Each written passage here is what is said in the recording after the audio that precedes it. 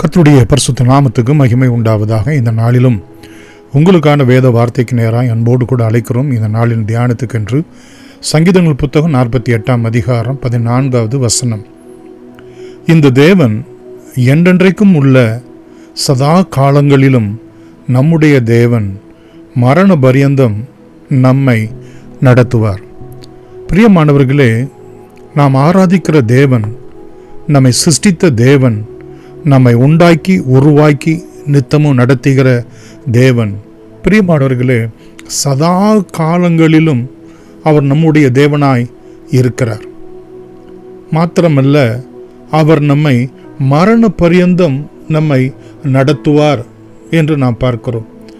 அப்படியானால் மரணத்துக்கு அப்புறம் என்கிற ஒரு கேள்வியும் வருகிறது. பிரியமானவர்களே, தேவன் நம்மை சிருஷ்டித்த நாள் முதற்கொண்டு நம்மை நடத்துகிறவராகவே அவர் என்றென்றைக்கும் இருக்கிறார்.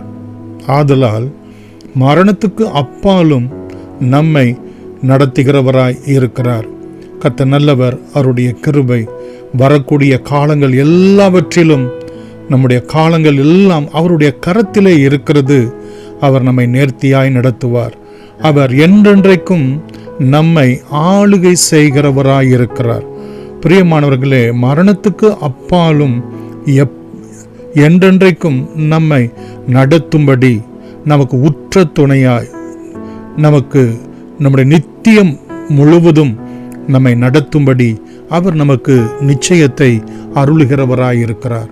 பிரியமானவர்களே, நமக்கு ஒரு நம்முடைய வாழ்க்கை முழுவதும் பிரியமானவர்களே அவர் நம்மை நடத்தி நம்மை மகிமையினாலும் கனத்தினாலும் முடிசூட்டுகிறவராய் இருக்கிறார்.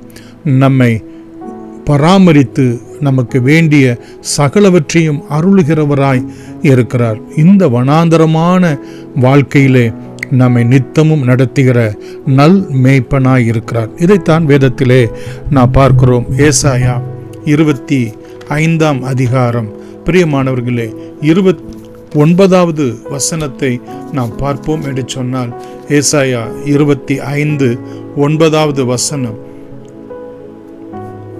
இந்த தேவன், இவரே நம்முடைய தேவன், இவருக்காக காத்திருந்தோம், இவர் நம்மை ரட்சிப்பார், இவரே கர்த்தர், இவருக்காக காத்திருந்தோம், இவருடைய ரட்சிப்பினால் களி கூர்ந்து மகிழுவோம் என்று சொல்ல கடவோம். நாம் தேவனுக்கு காத்திருக்கிறவர்களாய், அவருடைய ரட்சிப்புக்கு காத்திருக்கிறவர்களாய், பிரியமானவர்களே, அவருடைய ரட்சிப்பினால் களி கூறுவேன் என்கிற விசுவாசமும் நம்பிக்கையும் உடையவர்களாய் நாம் தேவனிடத்திலே காணப்பட வேண்டும்.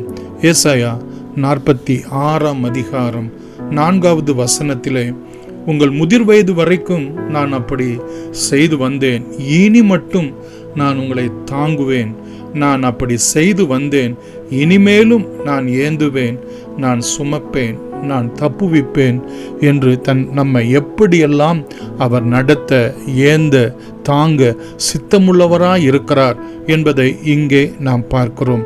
ஏசாயா 58ஆம் அதிகாரம் 11வது வசனம் நம் அனைவருக்கும் தெரிந்த ஒரு வசனம். கர்த்தர் நித்தமும் உன்னை நடத்தி மகா வறட்சியான காலங்களில் உன் ஆத்துமாவை திருப்தியாக்கி உன் எலும்புகளை நனமுள்ளதாக்குவார்.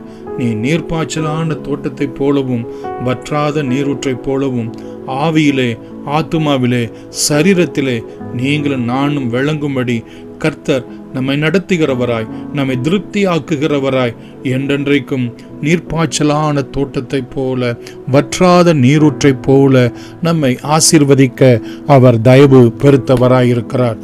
பிரியமானவர்களே, உபாகம புத்தகம் 31ஆம் அதிகாரம் 8வது வசனத்திலே, கர்த்தர் தாமே உனக்கு முன்பாக போகிறவர், அவர் உன்னோடே இருப்பார், அவர் உன்னை விட்டு விலகுவதும் இல்லை, உன்னை கைவிடுவதும் இல்லை, நீ பயப்படவும் கலங்கமும் வேண்டாம் என்று ஆண்டவர் நம்மை ஆற்றுகிறார், நம்மை தேற்றுகிறார், நம்மை பலப்படுத்துகிறதையும் பார்க்கிறோம்.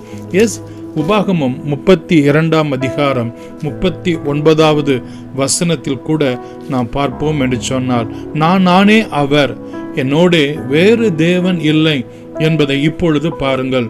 நான் கொல்லுகிறேன், நான் உயிர்ப்பிக்கிறேன், நான் காயப்படுத்துகிறேன், நான் சொஸ்தப்படுத்துகிறேன். என் கைக்கு தப்புவிப்பார் ஒருவரும் இல்லை.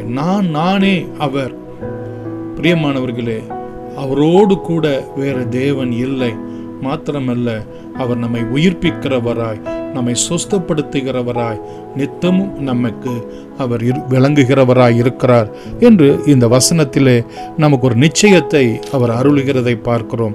யோசுவா 1:9 கூட, நான் உனக்கு கட்டளையிடவில்லையா?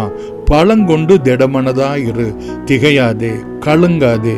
நீ போகும் இடமெல்லாம், நீ செல்லும் இடமெல்லாம் உன் தேவனாய கர்த்தர் உன்னோடே கூட இருக்கிறார். பிரியமானவர்களே, பொதுவாக சொல்வார்கள், நம்முடைய நிழல் கூட நம்மை விட்டு அகன்றுவிடும், தேவனோ என்றென்றைக்கும் நம்மை விட்டு விலகாமல் இருக்கிறார் என்று.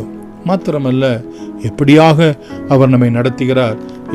சங்கீதங்களின் புத்தகம் 23ஆம் அதிகாரம், பிரியமானவர்களே, 1 முதல் 4 வரைக்கும் வசனங்களிலே அவர் நம்முடைய மேய்ப்பராய் இருக்கிறபடியினாலே எந்த தாழ்ச்சியும் அடையாதபடிக்கு புல்லுள்ள இடங்களிலே மேய்க்கிறவராயும், அமர்ந்த தண்ணீர்கள் அண்டையிலே நம்மை கொண்டு போய் விடுகிறவராயும், அவர் நம்முடைய ஆத்துமாவை தேற்றி தம்முடைய நாமத்தின் நிமித்தம் நம்மை நீதியின் பாதைகளிலே அவர் நடத்துகிறவராயிருக்கிறார். அவர் நீதியின் சூரியனாய் இருக்கிறார். இயேசு கிறிஸ்துவே நம்முடைய நீதியும் பரிசுத்தமும் ஞானமும் மீட்புமாய் இருக்கிறார். ஆதலால் அவருடைய நாமத்தின் நிமித்தம் நம்மை நீதியின் பாதையிலே நம்மை நடத்துகிறவராயிருக்கிறார். யோவான் 10ஆம் அதிகாரம் 27 முதல் 28 வசனங்களிலே பார்க்கிறோம், நான் அவைகளுக்கு என் நித்திய ஜீவனை கொடுக்கிறேன் என்று. ஏசாயா சங்கீதம் 73:24 கூட, நான் அவர்களை என்னுடைய ஆலோசனையின்படி நடத்தி முடிவிலே மகிமையிலே கொண்டு போய் சேர்ப்பேன் என்று கர்த்தர் நமக்கு வாக்கு கொடுக்கிறார். ஆதலால் எல்லாவிதமான தைரியத்தோடும் விசுவாசத்தோடும் நம்பிக்கையோடும் எபிரேயர் 13:8 சொல்லப்பட்ட பிரகாரம் இந்த தேவன் நேற்றும் இன்றும் என்றும் நமக்கு மாறாதவராய் விளங்குகிறார். ஏசாயா 40:28 பிரகாரம் அவர் நமக்கு சதா காலங்களிலும் நித்திய தேவனாயிருக்கிறார். ஒரு மந்தையை போல நம்மை நடத்துகிறவராயிருக்கிறார். அது அவருடைய நித்திய சுபாவமாய் தன்மையாய் இருக்கிறது.